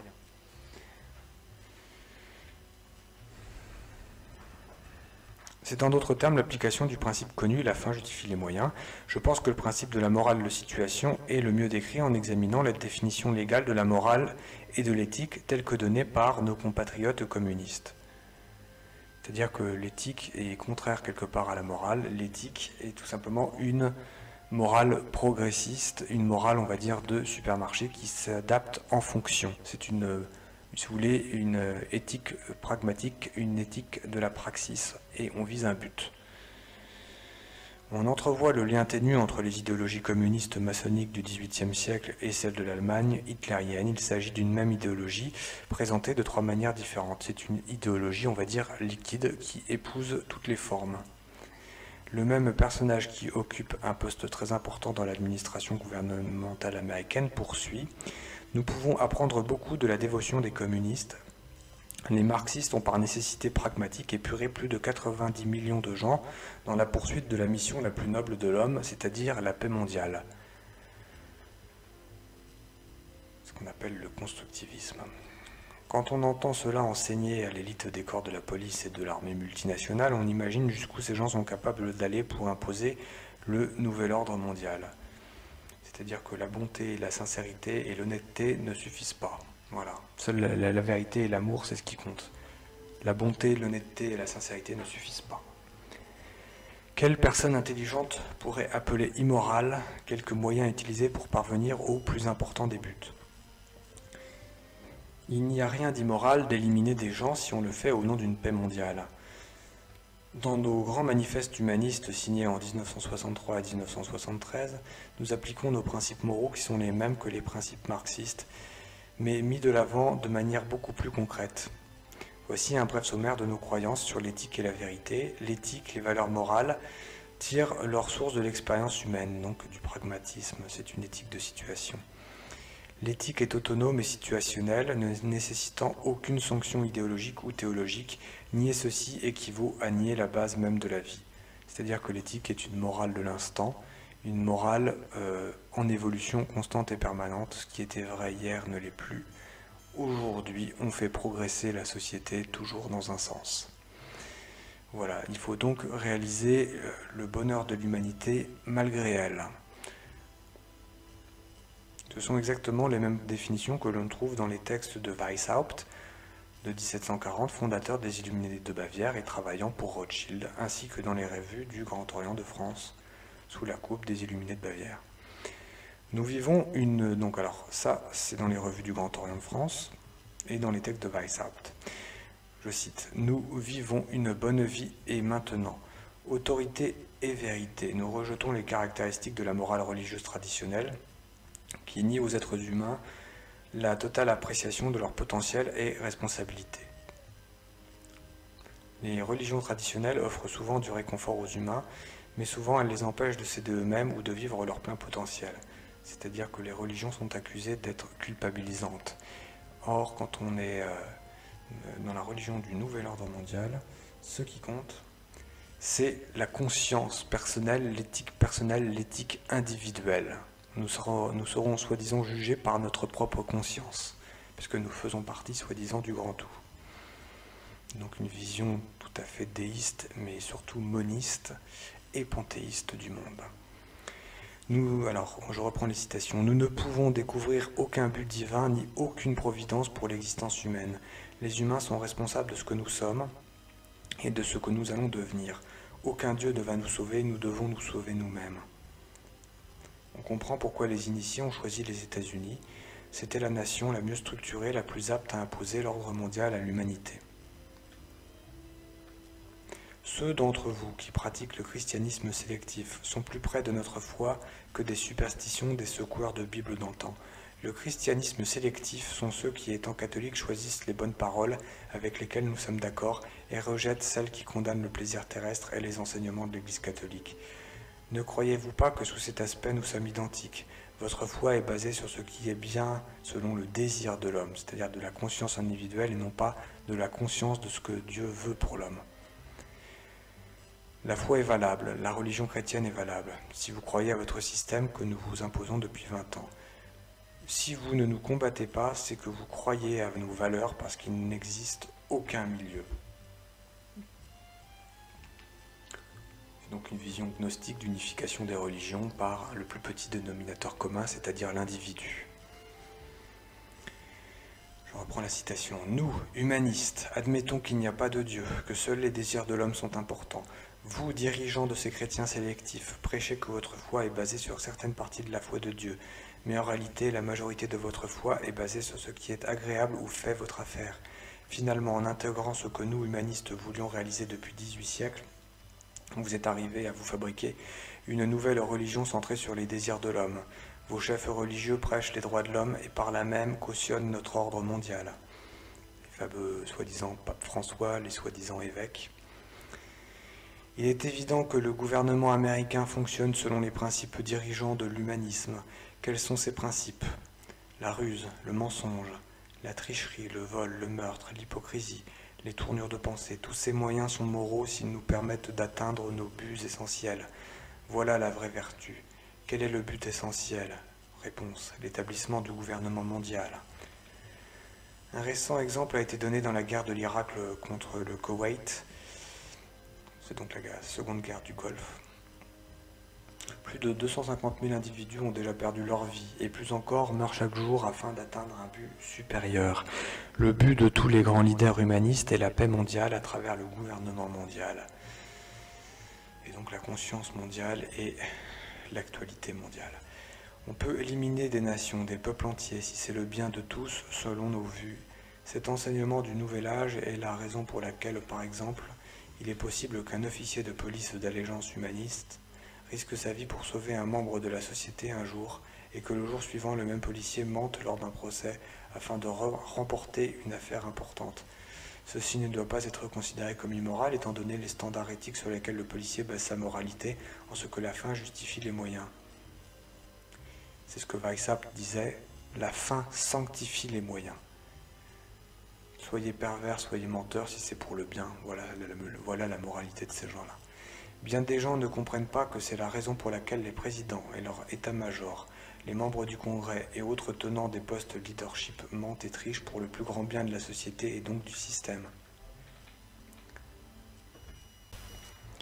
D'après cet initié, ceux qui sont à la tête des gouvernements mentent d'une façon ouverte et concertée aux populations, en vue de faire passer le bien suprême du système à venir du gouvernement mondial, mais aussi en vue d'excuser la disparition de dissidents ou de groupes radicaux. Il existe en effet une différence entre les nouvelles données par les médias et ce qui se passe réellement dans les coulisses. Les versions rapportées officiellement ont été pensées, structurées, afin de nous donner une apparence de la réalité qui n'est jamais la réalité, par une manipulation aussi ouverte de l'information nationale et internationale, on réussit à justifier la disparition d'un individu ou d'un groupe d'individus en les faisant passer pour des radicaux, des terroristes, alors que très souvent le seul danger que représentent ces personnes est uniquement en fonction de leur impact sur les populations par rapport à ce que ces gens veulent imposer comme nouvel ordre mondial. Vous êtes conscient que la grande majorité des Américains ne cherchent que la paix et la sécurité. Ils ne se rendent même pas compte qu'ils ont virtuellement fait de leur gouvernement un nouveau Dieu vers qui ils se tournent pour subvenir à leurs besoins. Nos leaders du nouvel âge et nous, leurs soldats, leurs bras et jambes, c'est-à-dire les policiers et les militaires, nous tenons prêts à donner aux masses ce pourquoi ils prient. Notre rôle à l'intérieur du système judiciaire d'aujourd'hui est de protéger le plan du système de la mise sur pied du gouvernement mondial et de punir ceux que nos leaders identifient comme les ennemis du système. Ainsi a-t-on transformé le droit et la culpabilité. L'homme qui combattra pour la vérité sera considéré comme un ennemi à détruire. La conspiration de l'âge du Verseau et du gouvernement mondial apparaît comme l'établissement d'une dictature à l'échelle mondiale dont l'idéologie est basée sur l'humanisme et l'antichristianisme. Dans une dictature semblable, l'individu qui, au nom de ses principes religieux, de sa conscience ou de sa foi, s'opposerait au complot contre l'homme et Dieu, sera considéré et identifié comme étant un criminel. On retrouve là ce qui se passait il y a 2000 ans sous l'Empire romain. C'est le même schéma. Et criminel, celui qui s'élève contre l'idéologie gouvernementale établie pour la majorité des gens. Qui étaient ces criminels il y a 2000 ans? C'étaient les chrétiens. Qui étaient les ennemis sous le régime communiste? Les chrétiens. Cette fois-ci, le cadre change et devient international. Tout comme nos collègues soviétiques sous l'éthique de situation de notre nouvel ordre humaniste, nous ne sommes pas limités dans les méthodes que nous pouvons appliquer pour gagner. Nous pouvons procéder à pacifier et sécuriser les masses, donc se débarrasser de tous ceux qui vont représenter un danger pour l'instauration de ce nouvel ordre. Si certains d'entre vous sont encore surpris par ceci, c'est que vous n'avez pas encore compris ce que j'essaie d'expliquer. Vous n'avez pas non plus compris ce que vos enfants ont si bien appris à travers 20 ans de système d'éducation de notre gouvernement. Nous vivons l'ère où les hommes ont placé leur conscience dans le gouvernement au lieu de quelques superstitions appelées divins ou dieux. Ce sont les anciennes morales religieuses qui ont causé tous nos problèmes. Un nouvel âge appelle un nouveau système de croyance, un nouveau code moral, une nouvelle religion. Il est agréable de voir presque toutes les religions du monde se regrouper gentiment et unies en se préparant à servir le nouvel ordre mondial. Je voudrais vous présenter le docteur Sidney Seymour, un homme très efficace qui mérite une grande reconnaissance pour son travail de rééducation de l'humanité. Il parle simplement et ce qu'il dit est sans équivoque. Il explique aux éducateurs d'enfants à qui il s'adresse que la clarification des valeurs est une méthode pour les professeurs de changer les valeurs de leurs élèves sans se faire prendre. Cela veut dire que sous des nouveaux déguisements, sous un nouveau dialogue, on enseigne de nouvelles valeurs sans que les enfants et les parents s'en rendent compte, et sans que les éducateurs puissent être accusés de quoi que ce soit. Le résultat est garanti, un affrontement entre les enfants et les parents. Donc la clarification des valeurs est un autre terme pour éthique de situation.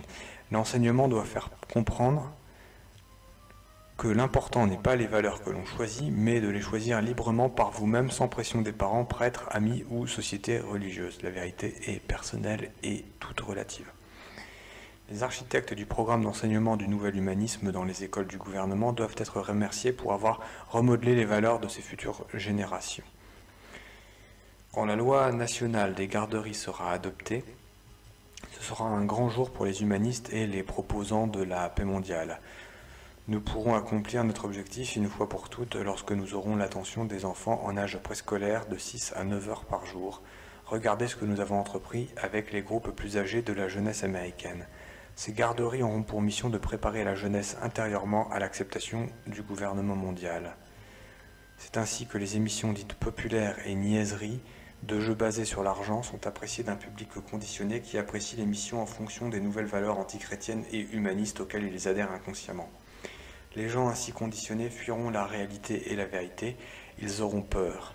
Nous aboutirons à une armée de schizophrènes et de zombies. Il va de soi qu'une telle société exigera une nouvelle forme de police. Un de nos éducateurs de l'humanité m'a dit il y a quelques semaines que les religieux américains d'antan n'en croiraient pas de leurs yeux de voir les changements que nous nous sommes permis. Cette personne avait raison parce que nous avons mis le futur non pas sur le gouvernement mais sur la capacité de tous et chacun de nous gouverner nous-mêmes, de nous soutenir nous-mêmes et ainsi de suite. C'est pourquoi le gouvernement mondial est bon pour tous. Les Américains ne désirent plus assumer les responsabilités de ce gouvernement actuel. Heureusement pour eux, il y a une toute nouvelle génération de leaders et de gens au gouvernement soucieux de s'occuper d'eux malgré leur consentement. S'agissant de la main-d'œuvre policière, comme les citoyens abandonnent par peur de plus en plus de leurs droits, de plus en plus de policiers sont nécessaires afin de superviser les activités de cette population, afin qu'ils demeurent en sécurité. La construction de l'État-providence engendre des troubles dans la société, d'où un renforcement des membres de la police. Qui aurait pensé il y a 100 ans que l'intégration de la peur de tout serait la réponse à l'établissement du nouvel ordre mondial ? Le mérite de ces innovations revient aux libres penseurs de la dernière génération d'avoir réussi le coup de maître de faire en sorte que la peur serve de mécanisme de base pour permettre n'importe quoi au plan des populations. La vieille génération n'aurait pas accepté ce nouvel ordre des choses, ces nouvelles valeurs. Heureusement, cela n'a pas posé trop de problèmes parce qu'ils sont rapidement remplacés par la mort ou la retraite. Il n'en restera plus aucun d'ici 7 à 8 ans, soit 97-98, soit 1997-1998. Nous avons l'assurance que tous ceux qui avaient des valeurs morales chrétiennes n'auront plus aucun poste clé dans le gouvernement dans les domaines exécutifs, judiciaires et militaires. Donc à ce moment-là, l'établissement d'un nouvel ordre mondial ne trouvera plus aucun obstacle. Au même moment, les agences de police essaient par nécessité de filtrer les individus qui croient aux anciennes valeurs traditionnelles et de ne pas les engager.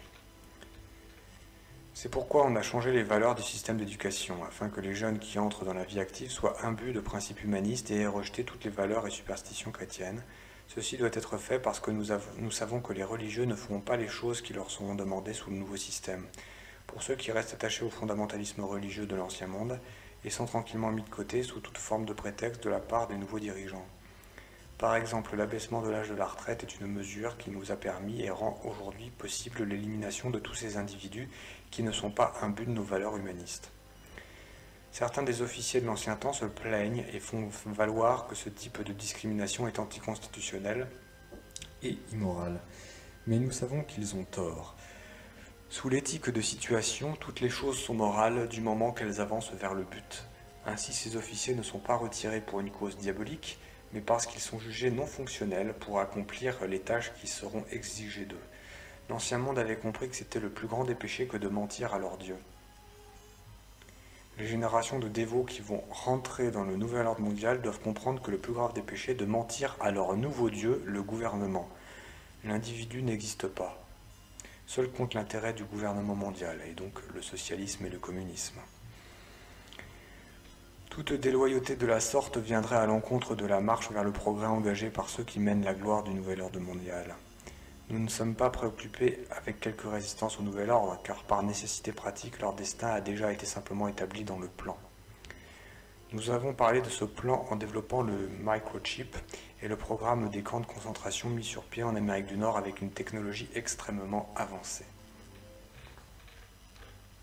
Ce qui nous préoccupe le plus en ce moment, c'est que les masses obéissantes comprennent qu'il est néfaste pour le progrès de suggérer que leurs superviseurs, les membres des gouvernements des Nations Unies, se complaisent sous la pression et la futilité de ces superstitions d'ordre et morale désuètes.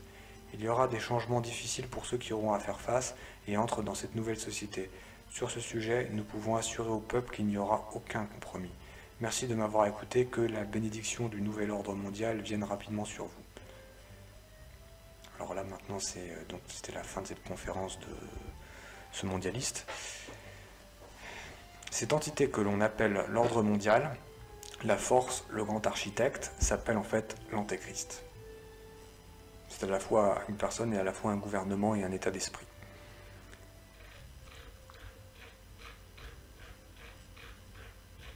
Conclusion de Serge Monaste. Il est évident que les architectes du nouvel ordre mondial entendent nous imposer un gouvernement mondial par la force pour l'été 1999. L'article 1 des Illuminés de Bavière dit ceci. Notre mot d'ordre est forcer et faire semblant. Seule la force triomphe en matière politique, spécialement si elle est cachée dans les talents des hommes d'État. La violence doit être le principe. La ruse et le faire semblant, la règle pour les gouvernements. En d'autres termes, on revient aux mêmes lignes de conduite utilisées en 1917 pour instaurer le communisme. C'est ce qu'on appelle être liquide. Être liquide, s'adapter à toutes les situations. À propos de l'avenir de la Russie et de Zhirinovski, dont l'ascension politique est fulgurante, on a pu remarquer qu'au cours de ses déplacements en Europe fin 1993, il portait des roses et des fleurs rouges à la main gauche. C'est un symbole de reconnaissance internationale connu de certains initiés. On peut penser par exemple au Parti Socialiste Français avec Mitterrand qui a fait changer le logo du Parti Socialiste. Fidel Castro en portait, le président Mitterrand également. Les grands hommes politiques identifiés au groupe internationaliste se sont servis de ce symbole de reconnaissance une fois qu'ils ont été portés au pouvoir.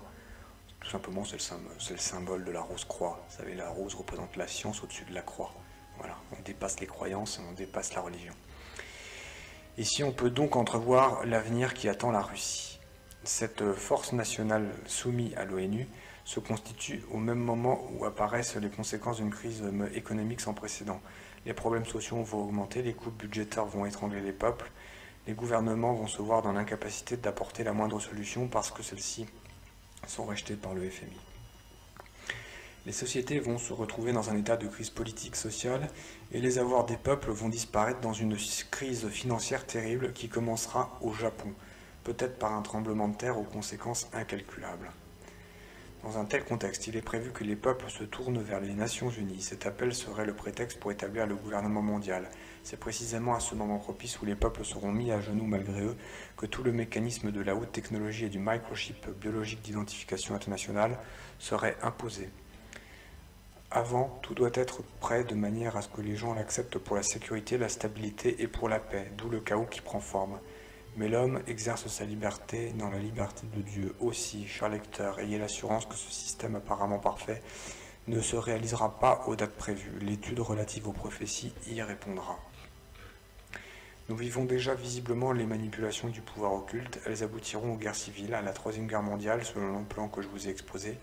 Mais Dieu interviendra souverainement et les héros de l'ordre mondial seront châtiés, même s'ils se sont réfugiés en Australie, persuadés d'être à l'abri du conflit qu'ils ont allumé depuis 1991 au golfe Persique. Donc voilà, c'était la conclusion de Serge Monaste. Et ensuite, il y a une annexe sur la micropuce et la marque de la bête par le docteur Carl Sanders, que je vais vous lire, qui est relativement courte. Voici la traduction d'extrait d'un article publié dans le numéro de juin-juillet 1994 de la revue Nexus, revue australienne. C'était le témoignage du Dr Carl Sanders qui était chargé de concevoir la micropuce électronique. Le Dr Sanders est un ingénieur électronicien, inventeur et expert, conseiller auprès de nombreuses organisations gouvernementales et de compagnies telles que IBM, General Electric, Honeywell et Teledyne. Alors voilà, on va citer le type. J'ai consacré 32 années de ma vie dans la conception électronique, concevant des micropuces dans le domaine biomédical. En 1968, je devins impliqué presque par accident dans un projet de recherche et de développement concernant un pontage spinal pour une dame ayant l'épine dorsale rompue. Nous recherchions comment pouvoir relier les nerfs moteurs. C'était un projet qui nous emballait tous. Il y avait 100 personnes impliquées et j'étais le principal ingénieur en charge du projet. Le projet aboutit à la micropuce dont nous parlons maintenant, une micropuce que je crois être la marque de la bête. Cette micropuce est rechargée par les changements de température du corps humain. Évidemment, vous ne pouvez pas aller à l'intérieur de votre corps et changer vos piles de temps en temps. Alors la micropuce a un circuit de rechargement qui fonctionne selon les changements de température du corps. Plus d'1,5 million de dollars furent dépensés pour trouver les deux endroits sur le corps humain où la température change le plus rapidement. Le front, premier choix, tout juste en bas de la naissance des cheveux, et le revers de la main, position de rechange. Travaillant sur cette micropuce, nous n'avions aucune idée qu'elle deviendrait un moyen d'identifier les gens. Nous considérions ce projet comme étant une chose très humanitaire. Notre équipe était composée de gens provenant de l'université de San José, des compagnies Motorola, General Electric, du centre médical de Boston. En fait, c'était tout un groupe de compétences. Comme le projet de micropuce commençait à évoluer, vint un temps où on nous dit que les pontages à la colonne vertébrale étaient une chose qui ne rapportait pas assez financièrement pour qu'on s'en occupe et qu'on devait donc considérer d'autres utilisations pour cette puce. Nous avions remarqué que la fréquence de la micropuce avait un grand effet sur le comportement humain et on orienta alors nos recherches sur la possibilité de modifier le comportement humain avec la micropuce. Le projet se transforma presque en acupuncture électronique parce qu'il résulta à installer une micropuce qui émettait un signal qui affectait certaines parties du cerveau. On démontra qu'on pouvait provoquer des changements de comportement avec cette micropuce. Un de ces projets sur le comportement fut appelé le projet Phoenix, concernant les vétérans de la guerre du Vietnam. Nous avions une micropuce que nous appelions la micropuce Rambo. Cette micropuce pouvait causer un flux supplémentaire d'adrénaline. Il y a 250 000 pièces dans la micropuce, y compris une petite pile au lithium. Je me suis battu contre l'usage du lithium en tant que source d'énergie pour ces piles dans le corps humain, mais la NASA se servait beaucoup de lithium en ce temps-là. C'était la chose en vogue. J'ai demandé à un docteur du centre médical quel effet cette concentration de lithium dans le corps humain pouvait avoir si la micropuce se brisait. Il me répondit que cela produirait une grave plaie douloureuse et remplie de pus. J'étais présent à une réunion où la question suivante fut posée. Comment pouvez-vous contrôler un peuple si vous ne pouvez pas les identifier ? Des gens comme Henry Kissinger et des personnes de la CIA assistaient à ces réunions. Comme nous développions la micropuce et que la question principale était de se servir de cette micropuce comme carte d'identité ou moyen d'établir l'identité des gens, plusieurs choses nous furent demandées. On voulait que soit compris sur la micropuce le nom et le visage de la personne, son numéro de sécurité sociale, incluant les codes internationaux, ses empreintes digitales, sa description physique, la généalogie de sa famille, son adresse, son occupation, des informations concernant ses rapports d'impôts et son dossier criminel. J'ai assisté à 17 réunions à travers le monde, à Bruxelles, au Luxembourg, etc., où ces sujets furent discutés dans l'esprit d'un gouvernement mondial et d'une monnaie mondiale. Il existe présentement des projets de loi devant le Congrès américain qui permettront d'injecter la micropuce à votre enfant dès sa naissance pour des fins d'identification. Le président des États-Unis, selon l'article 100 de la loi sur le contrôle de l'immigration de 1986, a le pouvoir de décider toute forme d'identification qu'il juge nécessaire, que ce soit une marque invisible tatouée ou une micropuce insérée sous la peau. Alors je pense que vous devez regarder les faits en face, les amis. Cette micropuce ou la marque de la bête n'est pas quelque chose qui vient d'apparaître tout d'un coup, ça fait des années que c'est en préparation. Dr Carl Sanders. Nous ne sommes donc pas très loin du carnet de santé à puce. Citation de l'Apocalypse, chapitre 13, versets 15 à 17. La bête qu'à tous, petits et grands, riches et pauvres, libres et esclaves, ont mis une marque sur la main droite ou sur le front, et que nul ne put acheter ou vendre s'il n'avait pas la marque du nom de la bête ou le nombre de son nom. Fin de la lecture du PDF. Je vous remercie.